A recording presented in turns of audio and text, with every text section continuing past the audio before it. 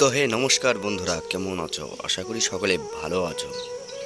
আর আজকে তোমাদেরকে দেখাবো আমার অ্যাকোয়ারিয়ামের নিউ কিছু ফিশ। এগুলো নতুন আমি কালেক্ট করেছি। তো এই মাছগুলো, যে ছোট ছোট মাছগুলো, এগুলো আমার অ্যাকোয়ারিয়ামে আগে থেকে ছিল।